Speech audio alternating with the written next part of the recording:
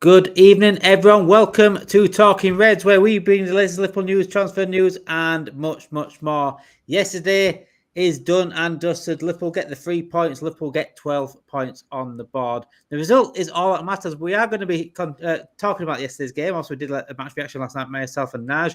But me and Darryl was going to go over yesterday's game. And did we have a slice of luck? Did we need luck sometimes? Do teams need luck sometimes? And is it okay to admit that luck was involved with Liverpool winning? I think it absolutely is, personally, but some people don't think it is. We're going to discuss that tonight. We're going to discuss a little bit on Atletico Madrid as well, and also latest transfer news on Carlos Baleba and potentially joining Liverpool in the coming window, hopefully, according to reports in January window I've been reading. So, yeah, how are you doing, Darryl? Make sure you do hit that like button and subscribe to the channel if you haven't done already. So, Darryl, how are you doing after yesterday? I'm good, thanks. I'm good. Glad we got the points yesterday. Another 3 points on the board. 4 wins out of 4. We'll take it. A bit of luck, but we'll take it. And that's the thing, mate. You said a bit of luck there. A lot of people don't like to admit that we've got a bit of luck. Sometimes it's needed. I think you need a slice of luck sometimes in some situations, but we still had a winning mentality. You still got to keep on pushing. Some teams would have given up on the 94th. We kept on going, and that's where you got your rewards. That's how I look at it. Absolutely, absolutely. So before we get into yesterday's game and also coming up game on Wednesday against Atletico Madrid, we're going to be going through the latest on Carlos Baleba. Good evening, Mervyn Kopak. Good evening, Prakash. I hope you're doing well, you too. Liverpool making serious moves for Man United target Carlos Baleba for the January transfer window. That is according to Indy Callier, who usually this summer has been very spot on with their news. He's been a target for Man United for quite a while, Baleba, and me and you have talked about maybe getting a DM at some point. I think I've spoken to a few people about getting a DM, and Baleba is obviously probably one of the best out there right now, especially regarding the Premier League. Whether you believe our news or not, it's a good link. I agree. We should be linked with someone like him. If he's available, we shouldn't be. We should be in a market for someone like that if he becomes available. Definitely. I think our midfield, I think we get bullied at times. I really do. I think I like Gravenberch. I love the way he carries the ball. Like you said, he's more of an 8. But I think in midfield against stronger teams like Chelsea, certain times in midfield, Newcastle, we get bullied. I think we need a presence in there. We've got good technicians, but I think we need a bit of a bully sometimes in there. And we saw yesterday, and Gravenberch's game yesterday, for me, even proved that tenfold. Because we saw Gravenberch yesterday. I think it was allowed to get forward a little bit more because it was Burnley. Burnley basically camped in their own box. So I think he had a bit more freedom to, I don't have to stay back in a DM position. I can do my own thing. But when he does his own thing, look how fucking good he is at going forward. The way he got into the box, the way he did his driving runs, the way he played with a bit of swag on him yesterday, the little flick over the top of the player, the run into the box, when he did a 1-2 with Kirkes, the flick back to Kirkes. That is the Gravenberch you would see given a Baleba next to him. Yeah, in an 8. Yeah, you're right. It needs to be box to box for me. And I've said that for a long time, giving those driving runs. But it is nice to see it in games like that. I think it shows what he can do. But again, now against a team like an Arsenal or even like a Chelsea, even down to like, I'm trying to think, it was half decent, Fulham or a Brighton, something like that. He's not allowed to do that. He's not really. He's got to think in mind. I've got to make sure I'm covering that DM position. He doesn't have the freedom a little bit to do that sort of box to box run. Carlos Baleba, with him and Mervyn Kopak put Adam Watson as well. Those two in the Premier League alone have shown how good they are without the ball, obviously, interception and things like that. Very, very good. But on the ball, I think they're very good as well. Adam Watson especially on the ball, more than Baleba.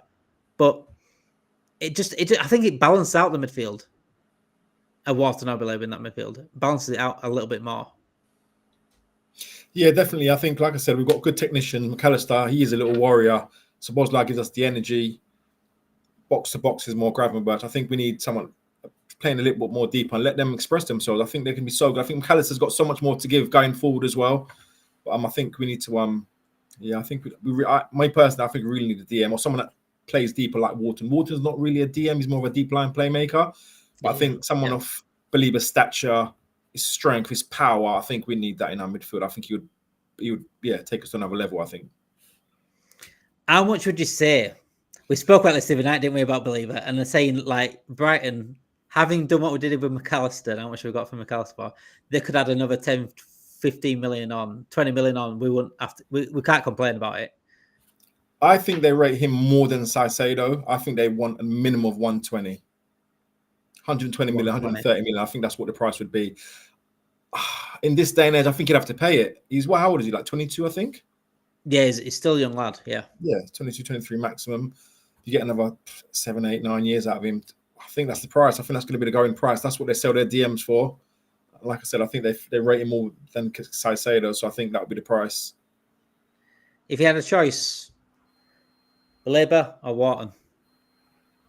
I really like Wharton. I think it's funny because I think Slot would prefer him more as a deep lying that playmaker role, but I prefer Baleba. I think our midfield needs a bit of steel, if I'm honest. I've seen us get bullied against PSG. Certain times I see us getting outplayed. We haven't got someone that, like you said, Gravenberch is more of a number 8, so he doesn't cover passing lanes as much, channels. I think Baleba does. I think in that side of the defensive side of the game, I think just wants to break up the play and let the others let them flourish, let them go. Yeah. I think Baleba would be more ideal for us. What about you? I agree with that. I think I do like animals. I'd take any of them, if I'm honest. I would take any of them. Them two are still those three are the three for me that I'm really looking at right now. Wharton's done unbelievable. He's doing unbelievable for England. Got into the England team. For Palace has been unbelievable. But Baleba, like you said, I like that kind of DM. I like someone that can break up play. And like I said, he's good on the ball. He can give it away. He doesn't give the ball away much. But it's just those important tackles, those important interceptions that we can transition quite quick. And it allows Gravenberch. I think even more so now, because if you look, we're playing a bit more attacking. We're trying to play more attacking. Yeah. I think we need that DM to just make us secure at the back, because we know Van Dijk's getting older. Konate doesn't look to his best at the moment. So I think having that presence in front would just say to the others, you go ahead, go and play. We've got you at the back, A midfield 3, when I mean this, I mean it literally, but funnily as well. A midfield 3 needs to add up to 24 for me. And what I mean by that, last year we had 24. 3 8s. 3 8s is 24. Now we've got a 10, an 8, and we need a 6. Yeah, I get that. Yeah, definitely. I think we need a 6. By playing literally having Verts as the cam 10, I think we need a DM just to accommodate that. If I'm honest, I think we're too open at the moment. I'm not trying to say Verts is a problem, but he is a quality player, but he's kind of created a little problem for us. We look a bit too open now. Yeah, and he does do defensive work. He does. He's got an inch on him. He goes as well, but I think, I think he needs that a little bit more freedom as a number 10, but without a proper runner in midfield, that's not. I mean, I don't think it helps the fact that McAllister hasn't been fully fit, because he is pretty much a runner, but he's not a DM. Hi guys, how concerned are we about Salah? He hasn't beat his man now, contribute very little go. Yes, he scored a penalty, but should he Slot drop him? I'm not really concerned about Salah. Salah's unbelievable. If he has a bit of off moments, it's absolutely fine by me. If he does come with the winner, would I drop him? There'd be times I'd drop. I'd have took him off yesterday, but he didn't. But then it's a catch-22 in it, really, with Salah. Slot takes him off yesterday, and someone else takes a penalty and misses it. You haven't got a Slot for taking Salah off. But if it's Salah staying on the pitch and playing probably the poorest out of the front three, then Slot's for doing wrong in that as well. So it's a catch-22 with Salah. It will come good at some point. I'm not worried about him as such. I don't expect him to beat players now. He's getting on to the age where he's sort of taking that out of his game a little bit. It's more like a cut inside, or that's why he's passing a little bit more than now what he used to do. I'm not worried as such, because we have got other players that can play whilst he's not playing well. And I do think he will at some point start clicking. But I think we're going to talk about Slot's tactics. I think it's more on Slot not dropping him than Salah himself.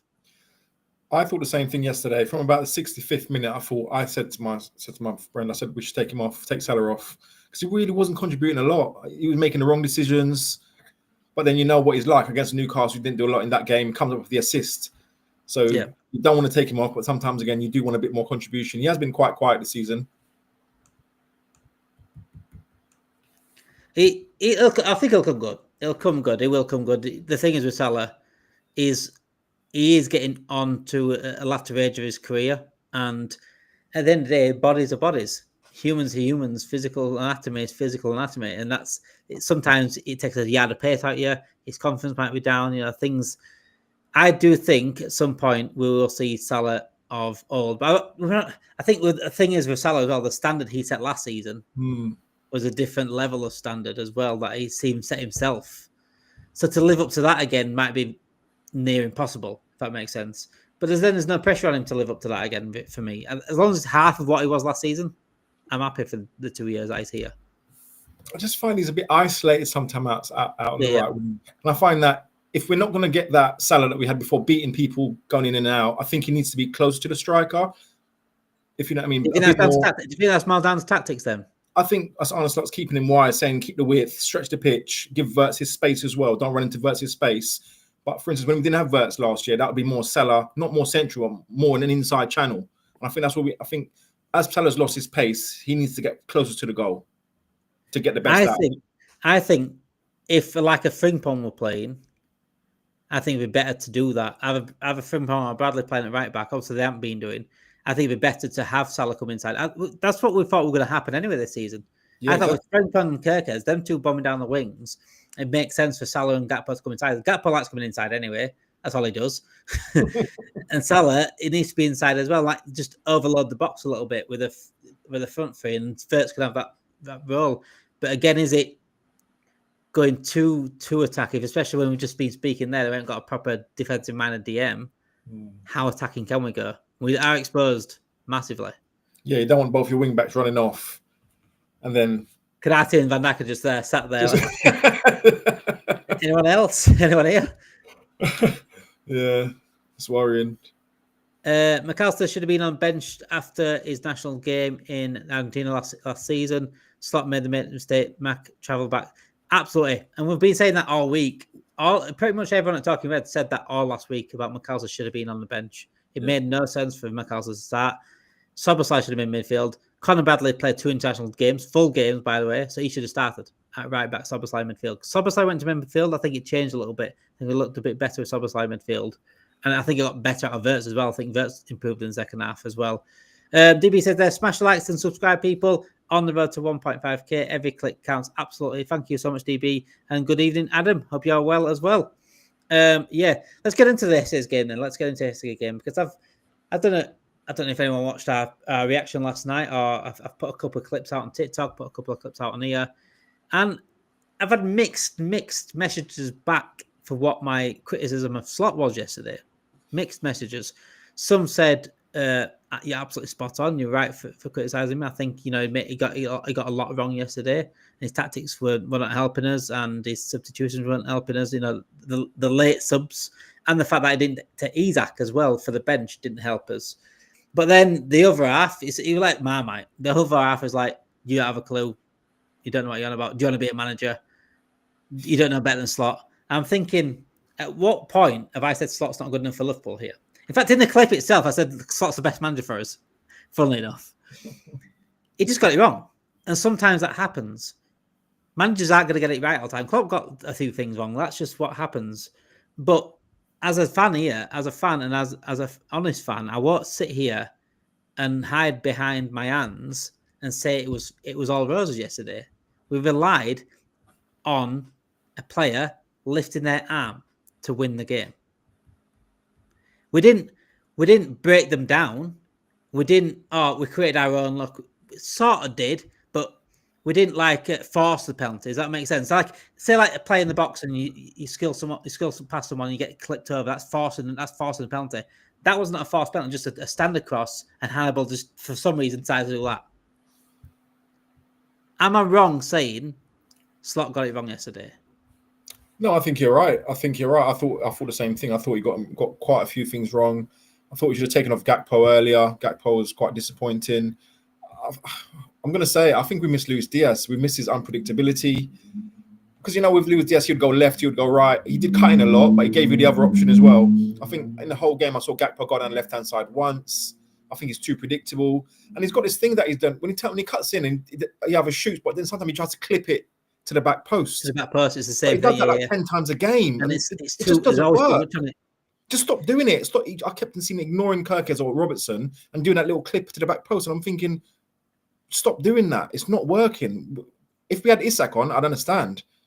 But yeah, I just when he's running at full pelt on coming inside, he's running at full pelt, like a little clip to the back post. He didn't realize how much he's putting on it.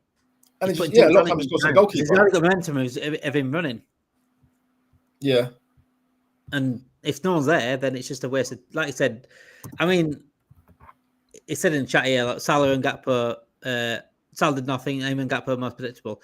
I think Gakpo is becoming very predictable. And I said this last year. I said him Diaz are becoming predictable, and it is annoying.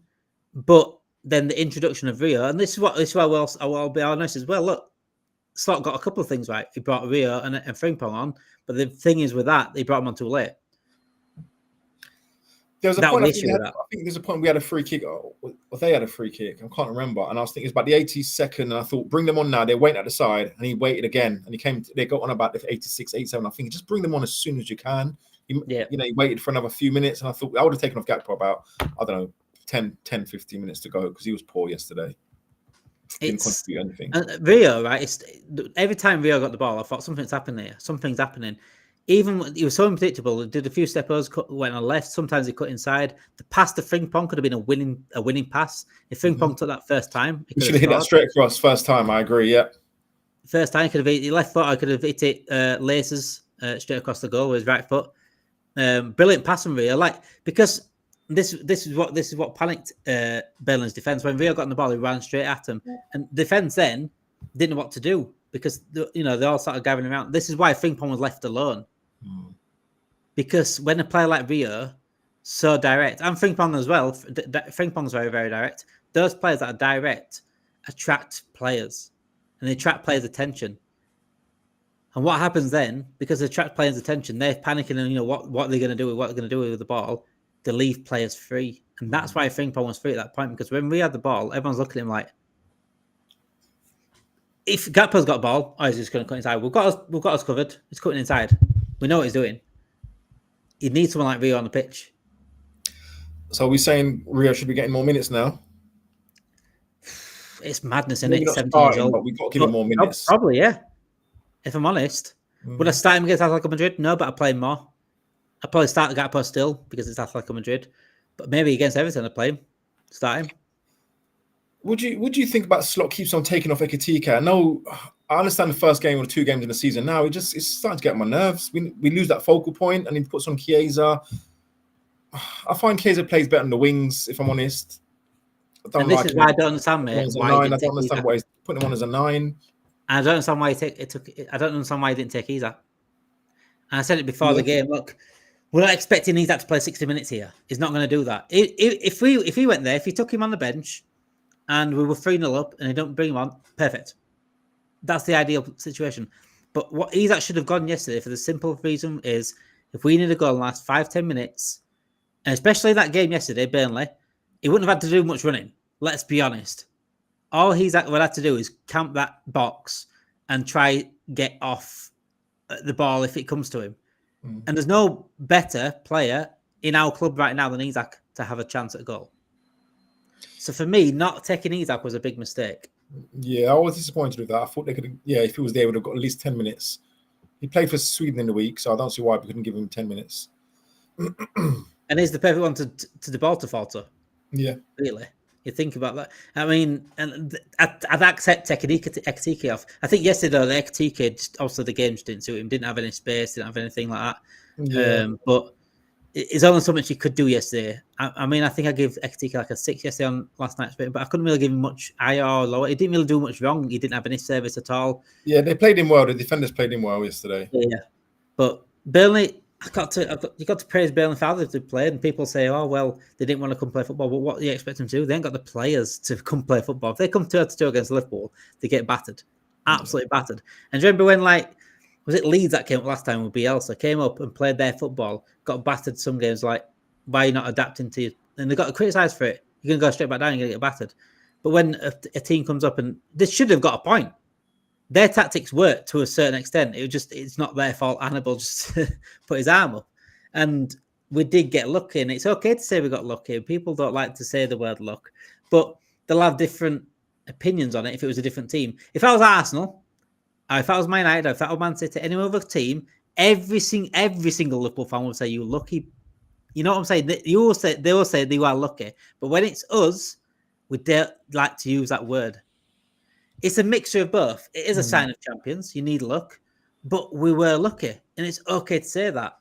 For me, yeah, we'll take the 3 points, but Burnley were unlucky. I thought if we're being honest, they should have got a point. They deserved the point from the game. They defended well. I know we're going to talk about their XG was 0.0, but like you said, if they come and open up and try to play, they're going to get smashed 3-0. So they thought they did the best thing they could do. And they were unlucky. Like I said, they carried their manager's game plan out to the end.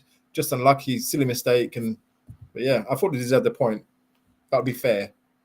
Thoughts on this? Maka is another one disappointing, not physical enough. If Madrid come in, should cash in. I think with Maka, Daryl, I just think it's his fitness at the moment. And I think we shouldn't have played him, personally. I think Maka's our best midfielder. I would not tell him for anything. I think he's so underrated, if I'm honest.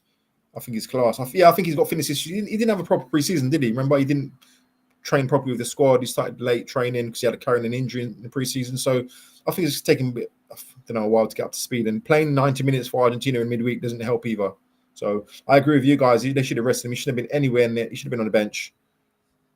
And if Conor Bradley could play, start him or Frimpong, give them a half. And move Szoboszlai into the centre midfield. That's what I've done personally. Yeah. We said it all week. A lot of us said it all week to do that. I said this before the season. We'll find out more about Slot than last season. That it's his team now. It's his decision that will be discussed more. Right and wrong decisions. Are you worried about anything about Slot at the moment? Obviously, Slot. Let me make one thing clear. Arne Slot is the best manager for Liverpool. He's unbelievable. The guy won the league last year with one signing and with Klopp's team. But there are genuine concerns at the same time. Two things can be true at the same time. I don't like how slow we are in build-up. I think we ruin counterattacks many times. We're on counterattacks and we seem to go backwards a lot. Me and Enz spoke about this the other night. And it seems to be too slow for me at times. And again, substitutions sometimes are a bit too late as well. But in game, tactically, he's brilliant. Like he got the Kirkers one right yesterday. Absolutely should have brought Kirkers off. Kirkers was a liability at the time, and he's told him straight, and rightly so. I love Slot's honesty. That's one thing I love about him, because he's spoken about honesty. I'm going to go over what he said today about what honesty was about something, and I love that he doesn't take. But there's certain things that do annoy me at the same time. Yeah, I agree. I always thought this year would be our transitional year. So he's got the squad in the squad that he wants, basically. I do, like you said, the build-up play sometimes is a bit slow. I don't like, there's certain things that he does, like with the substitutions, they come too late. Yeah, I don't know. There's certain things that he's just doing at the moment. There's certain plays he takes off. So I think if I'm honest, I don't think he's got the balls to take off Salah sometimes, because he thinks, without being, I do like him. I like it. Like I said, I like his character. I like his demeanor. But I think sometimes I don't know. I think he's a bit worried to take Salah off because he's such a superstar, and he knows, like you said, if we got another pen and Salah wasn't there, Szoboszlai misses it, everyone's going to say, "Why did you take Salah off? He's our penalty taker straight away." So yeah, you can't win. It's a transitional year. It's going to take time. I think it's just got to get right his ideas. I think the build-up play is really slow. Yeah. It's genuine concern, though, isn't it? It's not genuine concern. It doesn't mean that we're against Slot. Anyone that Slot out is very strange, but it's genuine concern. We've got to have these conversations, even when even if we're top. It doesn't matter. Not even, if something isn't roses or something smelling a bit whiffy, then you've got to call it out. You know what I'm saying? You can't just gaslight people and say everything's absolutely fine. We're top of the league. That's it. Oh, it's unbelievable. Because in a week's time, say we lose to Everton, and everyone's like, "Well, where's that come from?" It's been there. It showed you there that there were concerns before that to that happening. It isn't sustainable. But last year, I won't say we got away with it. But last year, Arsenal dropped off and Man City dropped off. But when they're in a real challenging battle for us at the top, we can't rely on late winners constantly. We can't rely on a player lifting their arm up every week. It doesn't work like that. We need to start breaking teams down and find a way to break teams down. We've got the some of the best footballers in world football. We've got to find a way to break a Burnley down. We've got Florian Wirtz and Mohamed Salah, are two of the most creative players in world football, and we're struggling to break Burnley down. Yeah, definitely. It's not sustainable. Definitely not with late winners. I remember when Klopp's last season, when we fell off in the last few games of the season, we kept on losing 1-0, coming back. We kept coming back. You can't win a title that way. You can't just rely on. In the end, it became too much for just to keep on coming back. I remember we kept on being 1-0 at half time. Klopp will turn it around. It doesn't work. You can't win a title like that. It's not sustainable. We've got, to be honest, we were lucky to win 2 or 3 of these games. To win all 4, we are lucky. I don't care what anyone says. I think we're lucky because the Bournemouth one, the Arsenal one, the Newcastle one, even all of them, we have been lucky. We've taken our slice of luck so far this season. We have to be honest. So I think the tactics need to be a bit better. I don't like this keep clipping this cross to the back post. There's certain things that Gakpo does. Is there any chance that you would think of moving Wirtz to the left-hand side and put Szoboszlai where he was? Because Gakpo's not working. And like I said, I think Rio's too early, too young to start. Potentially, but then I'd have to, if that was to happen, we'd have to make sure we get Kerkez and Frimpong as the wide men. Because I'd want it to be more balanced. I'd want Salah and Wirtz to come inside. I'd want Wirtz and Salah to come inside together on that, and then make sure Frimpong's on one side, Kerkez on the other side, and they're actually bombing down that wing. Whether it's Robertson on the left or Bradley on the right, it doesn't matter. They've got to be bombing and make them wide. And like you said, Salah earlier, is isolated wide. And I didn't think he'd do that. I didn't think he'd be this wide this season. I thought when you got Frimpong, when you got Kerkez, when you got Robertson and Bradley, those fullbacks that like to attack, I thought this team would see Salah and Gakpo coming more inside. And then we've got no one in the box. If I could take it that much forward, though, we've got no DM. That's the problem. We've got no security in there. We've looked so open at the back. If those two go, Van Dijk and Konate are just exposed. You know. But yeah, I think Gakpo. It's different when you've got Luis Diaz there because you knew he's fighting for that spot. Whereas now he's comfortable, isn't he? He knows the 17-year-old is not going to take his place. I hope he does. Maybe it might kick him up the ass a little bit. It'd be nice to see Rio get a start in the next few games. It would just switch him on a little bit because he looks a bit comfortable doing the same thing every single time. It's just, yeah, he didn't contribute much, and I was really disappointed with him. I thought this would be a big season for him. First season he's been at Liverpool where he's a starter. That's your position. Go and do your thing. Obviously, last season he scored 15 goals, I think it was. So we're expecting a lot from him, but disappointing so far. DB said Daryl, actually he's that fit there up front. He's that Ektika to go down the left when Isak starts down the middle. That's an option. Potentially when Isak comes in, we won't lose to Everton, said Adam. You make your own luck there. You do make your own luck in a way, but I think yesterday we sort of, I don't know if we made his own luck. It was just a moment of stupidity from Hannibal. That's how it was for me yesterday, rather than making his own luck. I just want to go over what Slot said on Milos Kerkez yesterday, because this is what I do love about Slot. I love his honesty, and I love that he calls stuff out. And this is what he needs to be doing. And he didn't agree with what Kerkez did yesterday. I said to him it wasn't smart, and he replied to me that he felt an arm on his back. He said, but let's be clear, it wasn't a penalty. So Kerkez can say all he wants, he felt an arm or whatever. Slot's caught on him and said, no, it's not good enough. It's simply not good enough. And from then on, from that moment, it was such an early yellow card. He's got the rest of the game to play with that yellow card. And with Kerkez, sometimes he does dive into tackles, and sometimes he makes a silly foul. He could have easily been red carded yesterday. Slot made the right decision bringing him off. Yeah, I agree. He can be a bit erratic.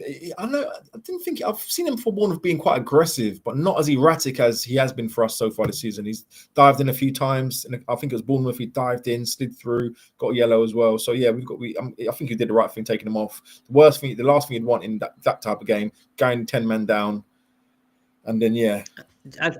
I honestly think we don't win that with 10 men. There's not a chance, especially the way they're defending as it is. I agree. He also spoke about Isak. He asked about Isak and why he didn't go. He said, we're going from Newcastle in a state where you can say his pre-season is now going to start now. Alex is far from ready for that schedule of 3 games in a week. And I think I get it from both sides. Look, I get it from both sides, but I don't think 5 or 10 minutes yesterday for Isak would have done anything. had a bad effect on him. At the end of the day, he wouldn't have moved much. He'd have been in that box. And like I said, all he had to do is pick up the scraps. And we don't have a better player in our squad to pick up the scraps than Isak in that box. So for me, I thought worst case scenario, we should have had Isak on the bench at least. He didn't even have to come on at all.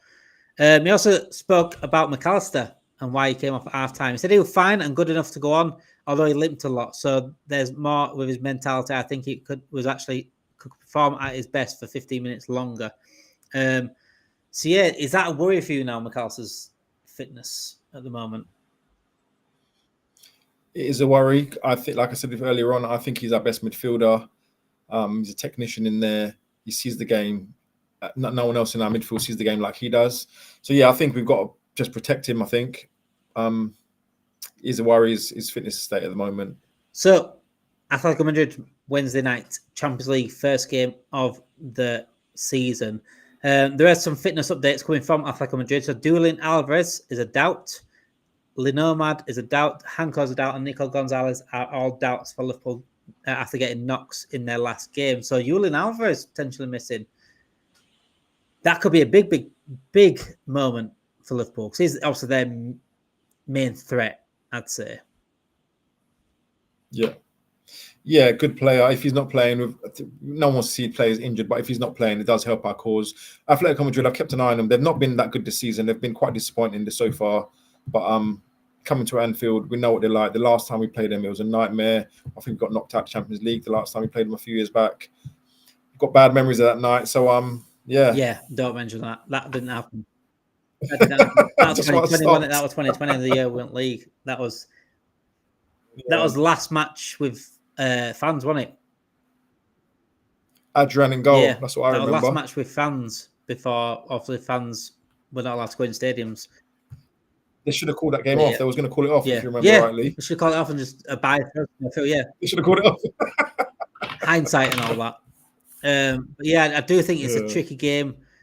Atletico Madrid, I won't say as solid as they used to be and as comfortable as they used to be, but they've still got some very, very good players. Julian Alvarez is obviously one of them. You know, they've got Salah, a very good player. I do think they will give us a hard game. And if they defend like anything like Burnley did, they've got better players to keep us out. Oh. So it could be another Burnley, but Burnley times 5. We know what Simone's team bring. They're strong mentally. They're defensively structured well. They're hard to break down. My problem is that I was thinking yesterday, let's say we spend so much money in the summer, but if we don't start Salah, or if we got injured right now, who do you play in right wing? Right now, well, it would have to be Frimpong, wouldn't it, really? It'd be Frimpong or Soboslai. We haven't. I'd go Frimpong for an attacking threat. But it's different. He's not gonna. It's just I don't know. I think we spent a lot of money, but we still got positions that are just, the left wing. We've got Rio there. He's still young. The right wing. I think Rio could do a good job at right wing as well because of the fact that how direct he is, and I can imagine he's right-footed in Rio, so he'd be like an old school right winger if he went on the right. Going down the right, yeah, maybe. Sheba said here, Sobo or Frimpong. I did like Frimpong's little cameo yesterday. Him and Rio, I thought, changed the game for me yesterday in terms of just how direct they were, but they came in the 87th minute. So it's hard to change the game. I think their directness was what we needed. So going into Atletico Madrid game, what team would you look at? Would you bring Rio in for this game, or would you think it's just one game? I wouldn't. I think he's ready. I think why not? After how disappointing Gakpo was, we're at home. It's not like an away game. You're going to the Metropolitano Stadium. It's really going to be. It's a cauldron over there. We're at home. His home fans. Why not? If it's not working, 60 minutes, we can bring on Gakpo. I think he deserves a chance. Every time he's come on, he's impressed. He's a threat. He's a goal threat. Yeah, puts them on the back foot.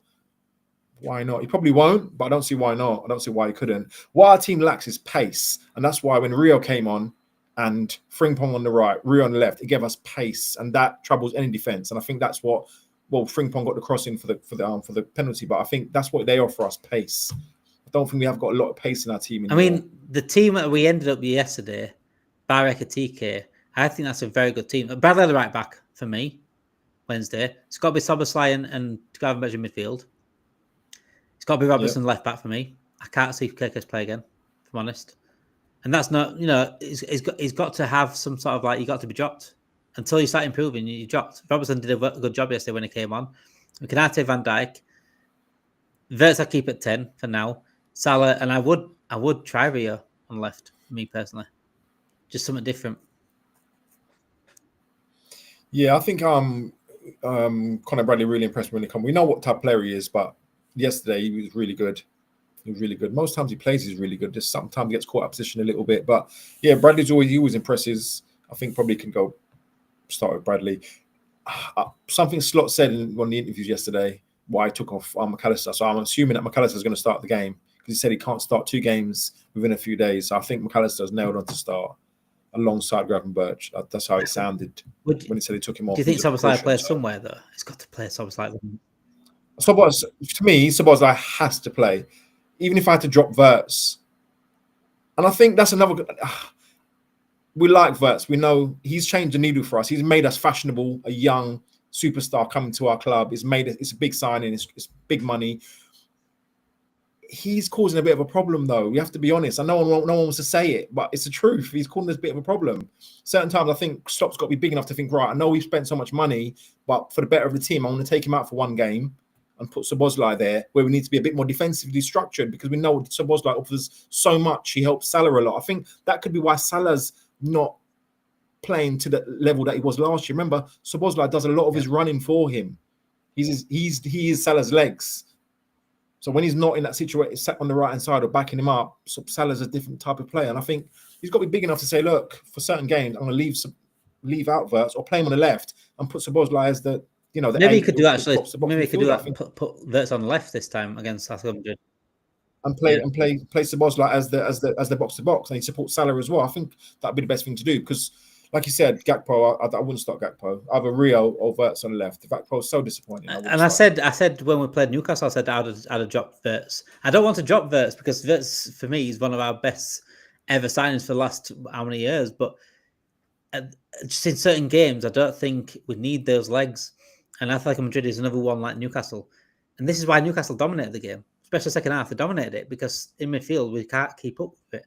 And Darryl said at the beginning, we overran in the midfield. We need someone with legs in the midfield. And Szoboszlai provides that and more. And if we ain't got a proper DM, we need legs in somewhere else. And Szoboszlai says that. We need the legs. But with McAllister as well, though, and his fitness concerns, I don't know if I can see McAllister playing. I can't.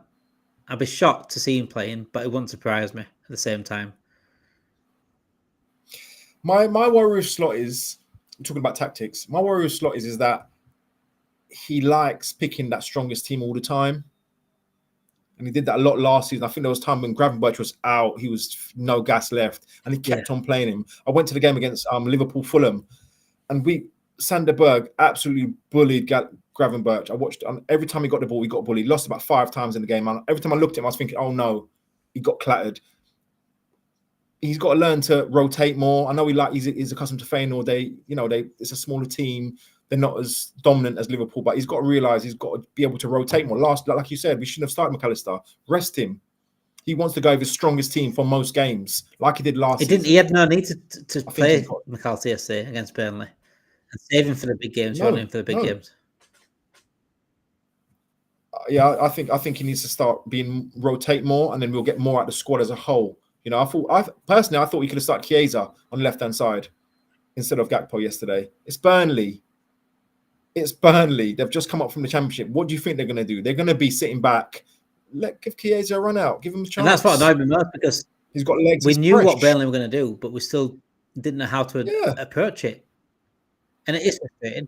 And they knew what we were going to do as well. They knew we were going to have Salah on the right and we're going to have Gakpo on the left. I'm sure they knew that because we all knew that. Sometimes you've got to make that change just for a little bit of unpredictability. I would have started Chiesa on the left-hand side, something different, have a go. And like I said, Atletico Madrid are Burnley times 5 times 10, if that.